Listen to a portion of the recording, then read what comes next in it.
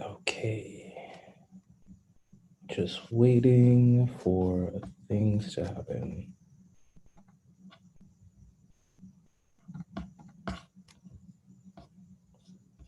All right, we are on. Good afternoon, everyone. I'm Ken. I am the founder of Vermilion Sky, and this is our Tech Entrepreneur Office Hours. Every Friday at 1 p.m., we gather your questions and we answer them on this live stream. And I'm super looking forward to seeing what we got today. All right. Our first question is, how do I know if my developers are being efficient with their time? Well, that's a pretty good question. There are many ways that you could use to track your developers' time. When it comes to tracking efficiency, however, that can be a little different. One of the tools that we use is not Ever Hour. It's called it is called Ever Hour. Yes. Um, One of the tools that we call is what that we use is Ever Hour, and with Ever Hour, what we do is we attach the Ever Hour connects to like Trello and GitHub and Pivotal Tracker, Jira, all the great project management systems. And what we're able to do is we're actually track the amount of time that it takes for each developer to complete a task. And if there are multiple developers on one task, we're able to see pretty much how long it takes for that to happen. There are other tools that you could use to pretty much do the same thing, but I would say time tracking is it's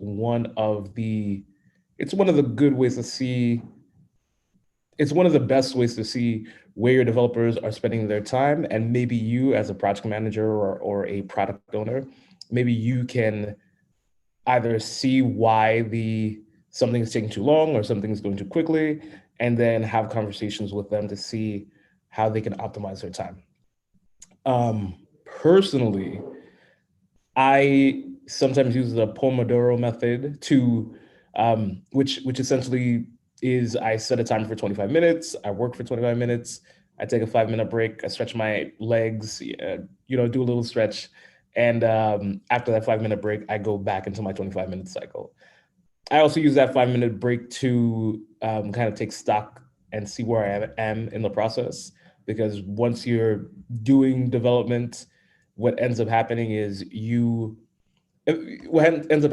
that your timer rings and you're like, oh my gosh, that's can't believe that was 25 minutes. So, um, yeah, I hope I answered that question to your standards, but please let me know if I can add more clarification. Also, actually, let me take a step back. Also, you kind of have to be specific when you're saying efficient. So, generally speaking, you want your developer to spend time writing good code. And to ensure that they're writing good code, they're going to have to write code that's not rude and code that is testable. If they're spending a lot of time writing tests, and they're spending a lot of time refactoring or rewriting portions of the code to make sure that the architecture is good, then that's not necessarily being inefficient with their time. That's actually them ensuring that the code is good. All right, on to the next question. My dev team's estimates are always off. How can I how can I get them to make better estimates? So estimates are difficult, and anybody that says that their estimates are correct is generally lying. Well, I wouldn't say that they're lying. It's just that it is very difficult for anybody to estimate anything. Um, if I ask you today, how long, this is not my example, this is Uncle Bob's example, but if I ask you, how long would it take you to tie your shoes? You'd probably say, oh, well, it's going to take me a second. You've tied your shoes 1,000 times, well, more than 1,000 times. but it's habit to you, and you could pretty much, because you've done the functionality of tying the shoe, it takes you some time. Now, if I ask you, how long would it take for you to write the instructions to tie your shoes? You know, I don't even know how long that'll take. So in software development and in product and software development, it does take some time to actually figure out how long it takes to complete a feature or even estimate a feature. It has to do with the fact that you're not doing it, you're writing the instructions to do it. For instance, if I wanted to write a program to make a circle and then print that out in a PDF format, personally, I could open up Figma, draw a circle, and then save it as a PDF. That should take me 5 minutes, right? Or less. But to write a program to do that, I wouldn't know that unless I break down every step into very measurable time boxes. And so the issue that developers run into is when they make an estimate, they're estimating how long it would take them to create the feature if everything goes right. I mean, everything, like they eat the right breakfast, they wake up, the sun hits them directly in the side of their face, so they wake up at the right time. They wake up 10 minutes before their alarm and they're energized to do what they have to do. They drive to work and there's no traffic. And they find a $20 bill on the on the floor. That's generally how developers estimate their time. They estimate the best case scenario. Sometimes they might estimate the worst scenario, but even in that sometimes takes it to a larger negative degree, where it's a meteorite hit the earth, but they still have to figure out what they have to do to get this feature working. So when it comes to estimations, generally speaking, you should use some type of Scrum methodology to ensure that you're making relative estimates. So in Scrum, you essentially create user stories, and the user story describes what a feature is. So for instance, as a user, I can log in, right? Everything has a login. Generally speaking, most developers have created a login, the login feature. And in some software systems or products, login can mean a lot of things, but in relation to your product, what you can do is you can make the software developer estimate on a point system. We like to use the Fibonacci sequence.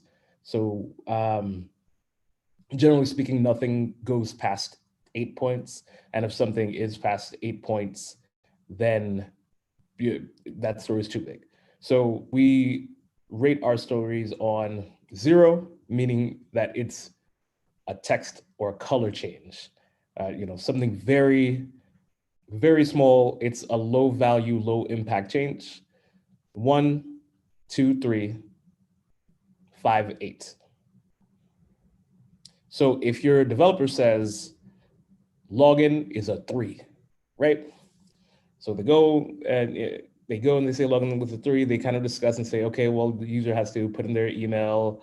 We're doing social login, so we're also implementing Google, Facebook, and Apple login, right? That is a 3. It doesn't actually have to be, well, 3 is it's an imaginary number. It's not something that actually exists. It's just something to be an anchor towards all of the other features in your system. So login is a 3. Now, when they estimate other features, right, they should estimate it with login being the anchor. So if they want to estimate user sign-on, right, you would estimate user sign-on based on the difficulty and the time estimate that login would use. For other bigger features, you'd use the same system. And in a Scrum system, essentially, you kind of take all these cards and you set a goal to complete a certain amount of cards by the end of the week, or well, by the end of the sprint iteration. So a sprint iteration can be 1 week or 2 weeks. We prefer 1 week.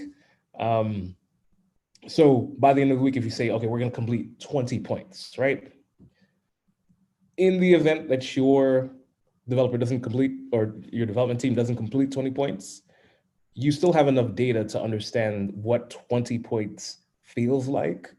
And over time, you'll know whether or not, you'll know how long it'll take to complete a set amount of tasks based on the relative measurement of login or of your core like golden feature.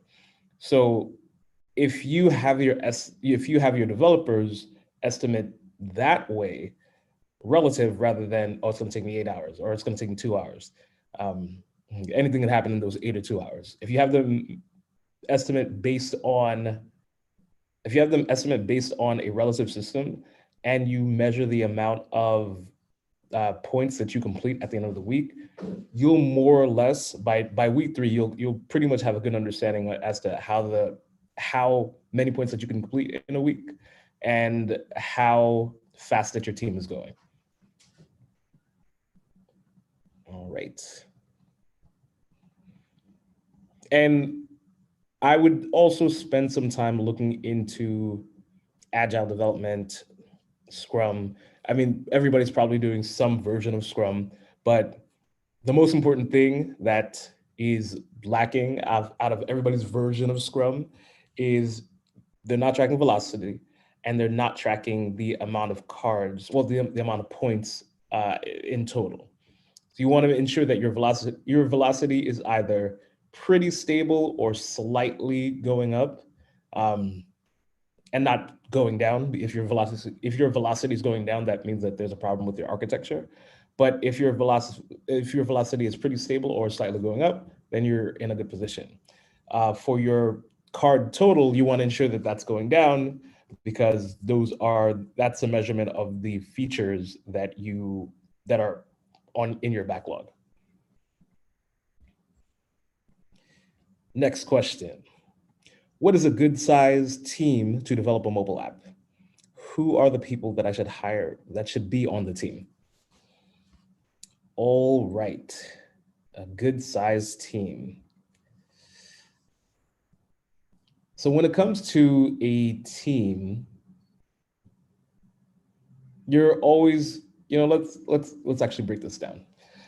You're going to have your stakeholders and product people. You're going to have your developers, you're going to have your designers, and you're going to have your QA team, right? Or QA person or QA team. I think those are the high level. When it comes to the product manager or product owner or product manager or product owner, that's the person. You're probably going to need one of them, and that necessarily doesn't have to be a full-time person, but that's the person that keeps the project on track. That's the person that coordinates between you, if you're the stakeholder. That's the person that coordinates between you and the team. They also manage the backlog. They also ensure that the team always has something to do. You don't want the backlog to become empty. You want there to be a good amount of work to do at all times. The product owner, we'll stick to just calling them a product owner. The product owner, they also clarify any features or any user stories that the stakeholders might relate to the team. So if the stakeholder says, well, the button on page 5 doesn't work, right? It's up to the product owner to kind of clean up that language and make sure that the team can understand what it means. The product owner also runs the integration, the sprint planning meetings. So if you are doing Scrum, you can do a sprint planning meeting, and the product owner runs that, and generally that's about an hour long. The sprint planning meeting pretty much fills in all the details for the card. So just earlier, I spoke about login as a feature, but you can't go to a developer or a designer and say, hey, please design login. you do have to put in some details there so that they understand, like, what are we using to log in? What are the fields to log in? Are we using single sign-on? Are we using Google, Facebook, Twitter to log in? Um, it's the product owner's it's in the product owner's best interest to put enough details at the beginning of the sprint meeting to ensure that the product is built correctly. Um, so yeah, you definitely want a product owner. If you're a stakeholder, you might actually just be the product owner. You might want to take some classes on being a product owner because it's a little bit more than just communication. It's also a bit of management, and it's also kind of being realistic in your expectations for your team. Then you probably, so if it's a mobile app, you probably want a front-end engineer and a back-end engineer. Most mobile applications actually, you could do a full stack engineer, but you still want one or two people on the product just in case something happens to the other person. Not anything terribly negative, but just in case things happen, life happens. So, but you also want those developers. I mean, if you can get two full stack developers, then you're golden, because now they can kind of review each other's code, ensure that they're both moving in the right direction, and they can add and refactor each other's code. So refactoring code means like rewriting a piece of code to make it more efficient. So they can both do that and they can make the architecture better. When it comes to, but if you don't have the ability to get two full stack engineers, you can definitely get a front-end engineer and a back-end engineer. And for those who don't know, a front-end engineer is somebody that develops how the application looks and feels. They code that into the language. They don't actually draw it out, but they just, they code out the interactions and how the interactions relay information to your user. A backend engineer, they work on the backend, the stuff that lives in the cloud, the database, the API, the stuff that generally is the central knowledge base of your system. So for instance, when you post something on Facebook, it doesn't stay on your phone, it goes somewhere. Your backend engineer is the person that develops that somewhere. So a full stack engineer is somebody that would be able to do both of these. It can be efficient sometimes, but there are times where a full stack engineer might not have the deep knowledge that's needed to get into the more advanced backend. It's a science. The more advanced backend topics, such as deep manipulation of databases at scale and a lot of stuff. So essentially, generally two engineers, a product owner. Who else? You want a UI UX designer. The interesting thing is that your UI UX designer might only just design the user experience. So they might not necessarily design elements on a screen. They might just design how the user goes from downloading your application, going through the login process, and then becoming activated as a user. So activation essentially means your user has done something that makes them stay on your application. So for instance, for Instagram, a user became activated after they followed 16 people. So what your UI UX designer is going to try and optimize is the process of a user following 16 people. Now, your UI UX designer and your developers will stay with you for after the first, second, third iteration of your project, because after the first iteration of your project, it's generally, after your first launch, so your first real launch with real people, that launch is really just for gathering data and ensuring that your product works. Your product works, people like it, and people are staying on it. In the event that any one of those things are wrong, you'll have enough data to understand what needs to be done, and your UI UX designer would create a new experience to get your users from staying retained or doing the things that you want them to do. So your UI UX designer will, well, let's just user experience designer. Your user experience designer will do customer research. They'll create personas. They'll sometimes even create the wireframes of the application, but they are very top level. Sometimes a UI UX designer might have graphic design experience, which is pretty much like a full stack developer in the sense that they kind of take care of a lot. So a graphic so a graphic designer actually implements the things that are on the screen. So they'll actually, the graphic designer will actually say, okay, sorry, the UI UX designer will pass on everything that the graphic designer needs to fill in, and the graphic designer will execute that experience. So if they say, okay, well, this is how the login feature works. This is how this is how we want the screen to feel. So they might like create a mood board for them, and then the graphic designer will actually implement it based on the experience that was designed.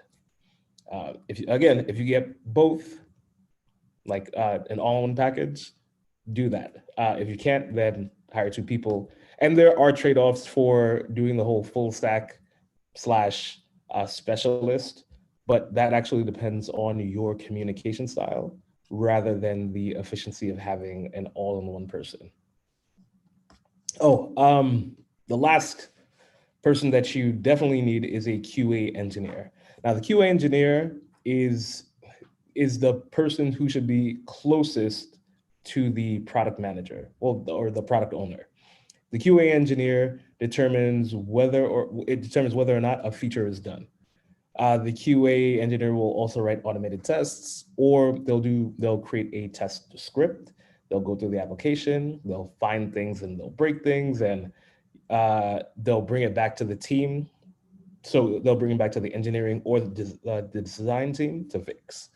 The QA engineer also ensures that the QA engineer also ensures that everybody, when somebody says something is done, they test it to ensure that it's done. They also do exploratory testing, and essentially they make sure that your application works as intended. One of the things that you don't want your QA engineer doing is you don't want them to spend a lot of time testing and retesting and doing stuff like that, because when they do, it means that you have a problem in your engineering team. That means your architecture is bad, or it means that your developers aren't writing enough automated tests. If they're not writing any automated tests at all, which means that you cannot verify that anything works. So yeah, you definitely need a QA engineer to help with that process. So those are generally the people that you need. And the people who are developing the code, so you can't ask your developer to be a QA engineer back in or front end. You don't want that to happen because they are too close to actually what's going on. So they'll only test the what are those? They'll test the happiest path. So if we'll go back to our login example, if the happiest path for logging in is I'm going to type in this same email that I use every time to log in, great. But they're not going to go and create a scenario where they type in the same email and a different password to ensure that it works, or an input that's not an email, so something missing the @ or the .com or .co. They're generally not going to test those things because they know that the good version of their test works. So that's why you definitely need somebody on QA to just ensure that they're kind of thinking out of the box and testing your software and making sure that it works.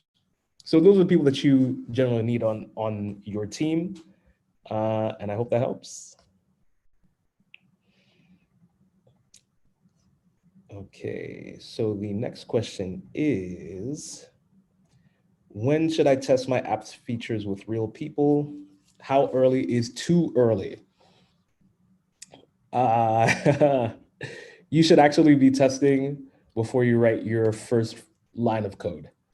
You want it so that you're testing designs, and not even like great designs. I mean, you're testing napkin, just a scribble on a piece of paper. Here, okay, you tap this, you do this, you do XYZ.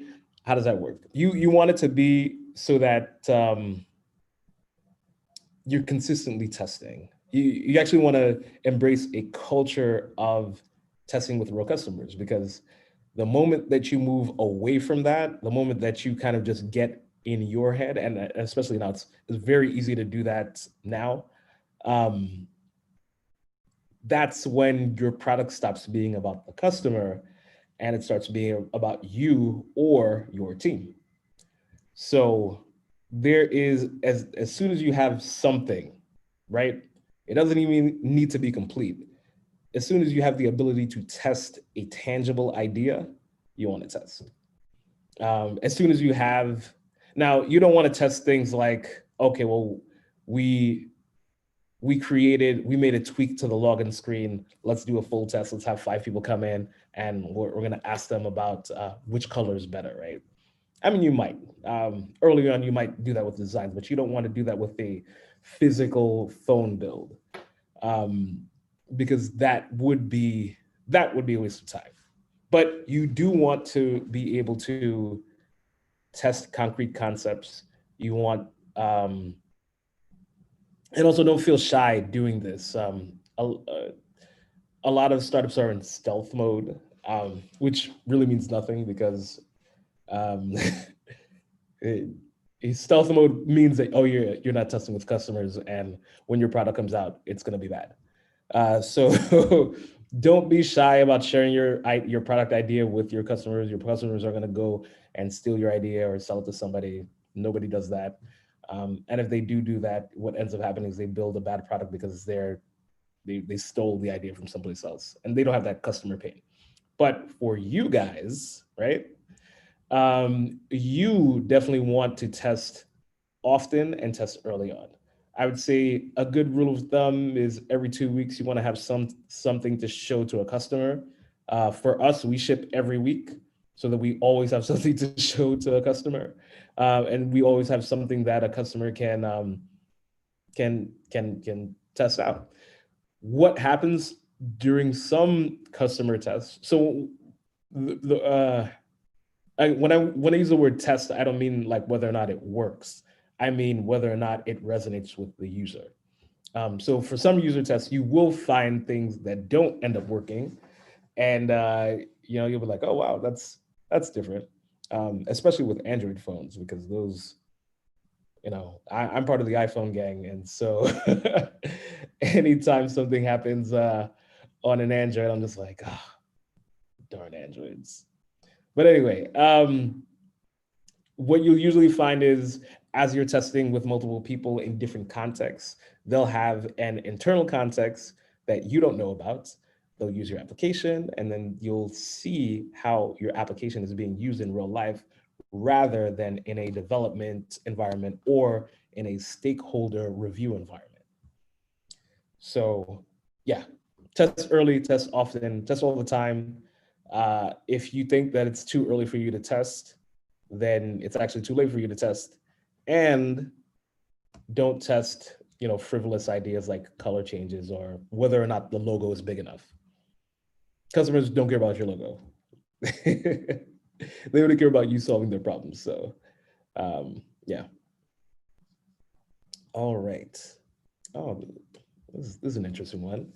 How do you feel about JavaScript development on VS Code versus Atom versus IntelliJ? Okay, so I started, well, no, I started my I started my website development career on Dreamweaver. Dreamweaver 2000. It was one of those, just a long, long, long time ago. And before even jumping into, for a while, I thought, oh, Dreamweaver, that's it. I'm not going to do any web development on anything. And I would see people use Notepad or use well, yeah, it was Notepad or Visual Studio or things like that. I was like, ha, you guys are peasants. I'm using Dreamweaver because that's the best development environment ever. So fast forward a couple of years, I'm now in game development school, and everything that we do is through Visual Studio. And Visual Studio is kind of like a top tier C++ environment that people use to make video games. This was before Unity. So Unity 3D is also another, I wouldn't call it it's Unity is like a framework to develop video games, right? But we were before that. We were just doing Visual Studio. And so what I realized that in Visual Studio, it does give you a great environment to do a lot of cool things that you can't do in Dreamweaver. Dreamweaver was, and I, Dreamweaver was like visual. It was very visual, very drag and drop, very like dragging tables like left to right to make a website. And that's cool, but a real development environment allows you to do, well, one, it allows you to be faster and allows you to do great things. So after game development, I took a step back into Dreamweaver and then I hated it. And then I started using not,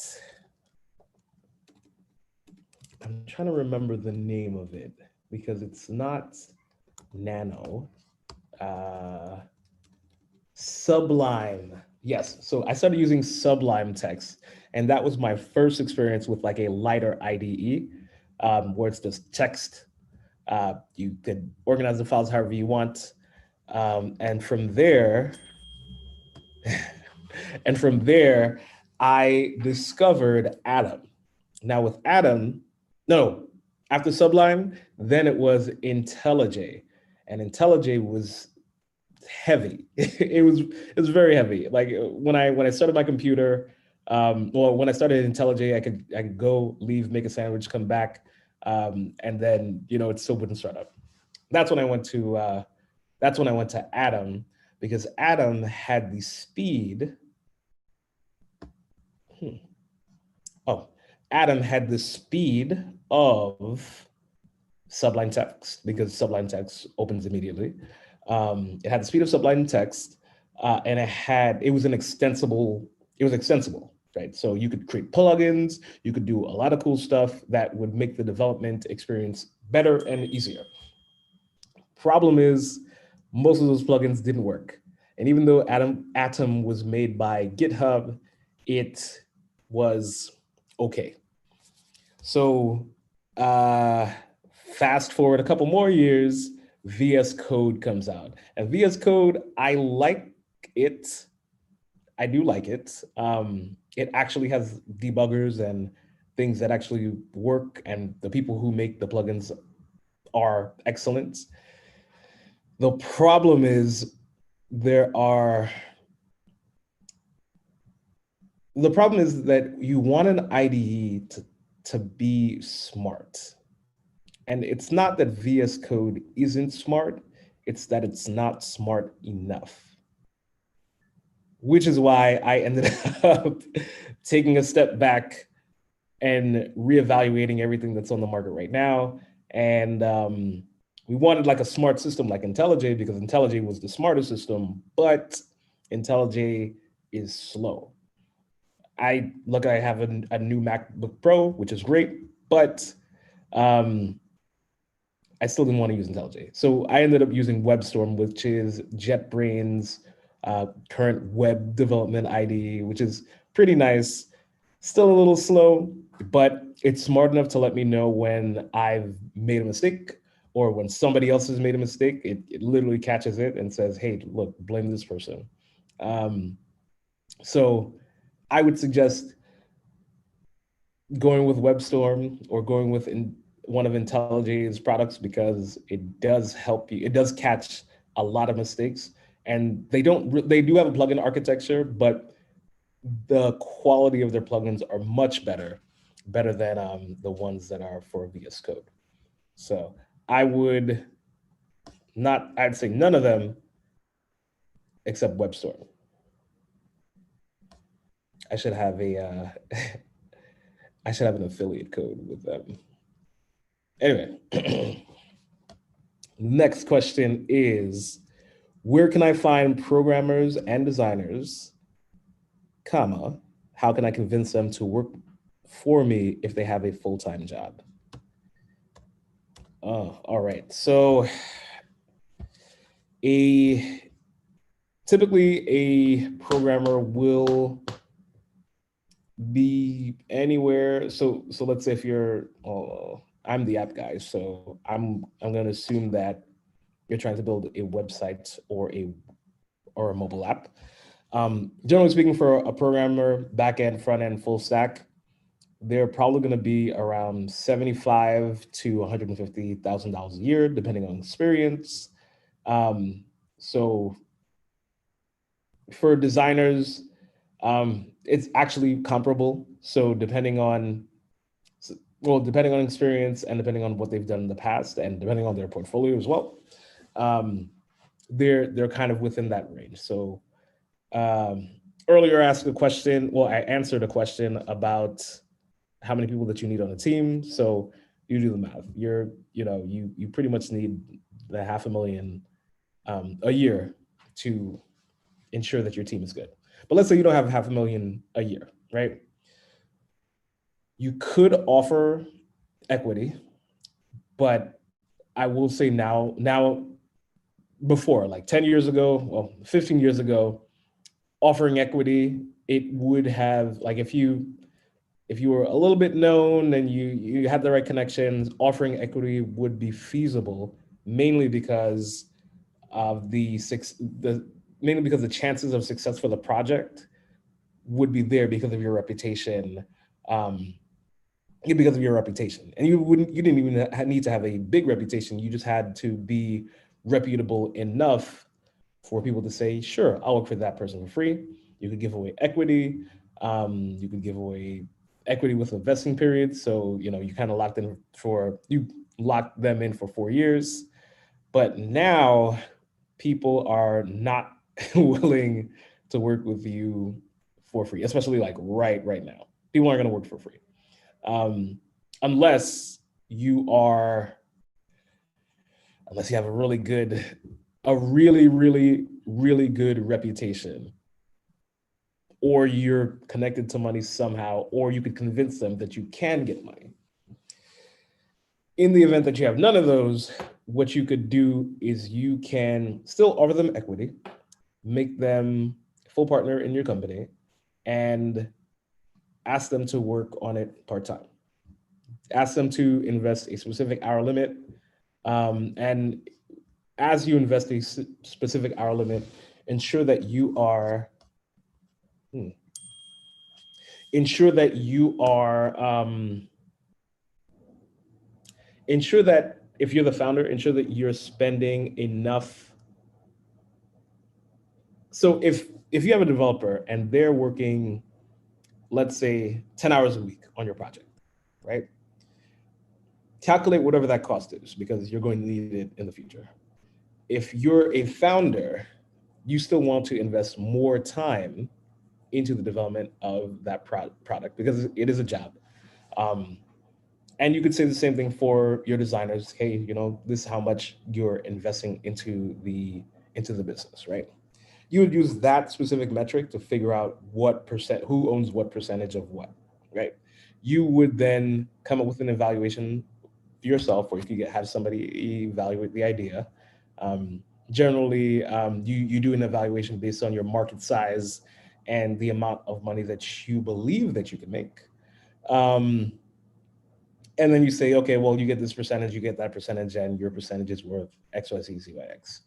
One of the other thing is, if you do something like that, they will feel like they have the possibility of being compensated, and they also don't have to spend too much time on it. But in this scenario, I would suggest not building a full-on product, because a full-on product can take 4, 5, 800 hours to develop. You want to build a small prototype that you could take to an investor so that they can invest in you. And when you do get some type of investment, you can pay your developer, designer, QA engineer, something. And you could literally say, well, this is their salary, this is their hourly requirements, and we're gonna need 6 months of everybody's 6 months plus 20% because things happen, of everybody's salary, something for me so that I could survive. And you'd present that to your developer, sorry, you'd present that to your investor, and your investor would then allow you to pay for them. But you have to plan it out. So, and you also have to be a little bit charming. So what you could do is that, and when you do that, hopefully it works. So where do you find these people? For developers, you could find people on a really popular site called GitHub.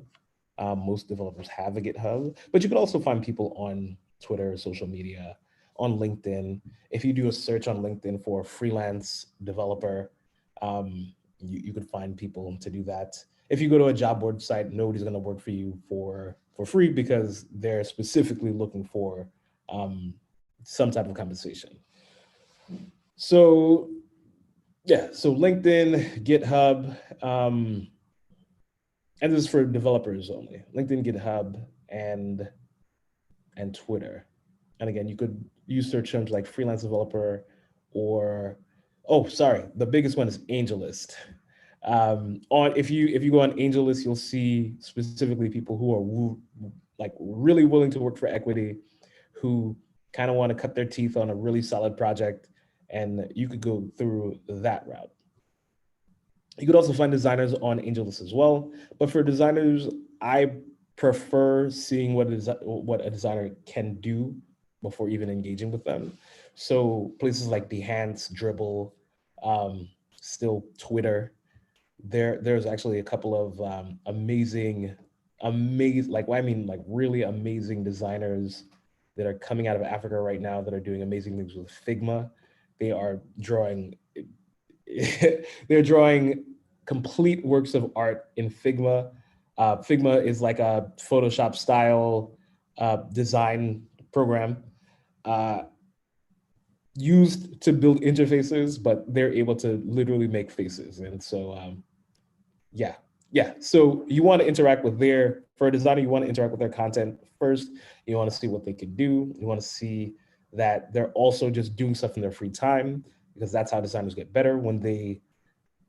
Designers actually, in my personal opinion, designers get better when they are experimenting with design outside of work, because by doing so, they're able to achieve a lot.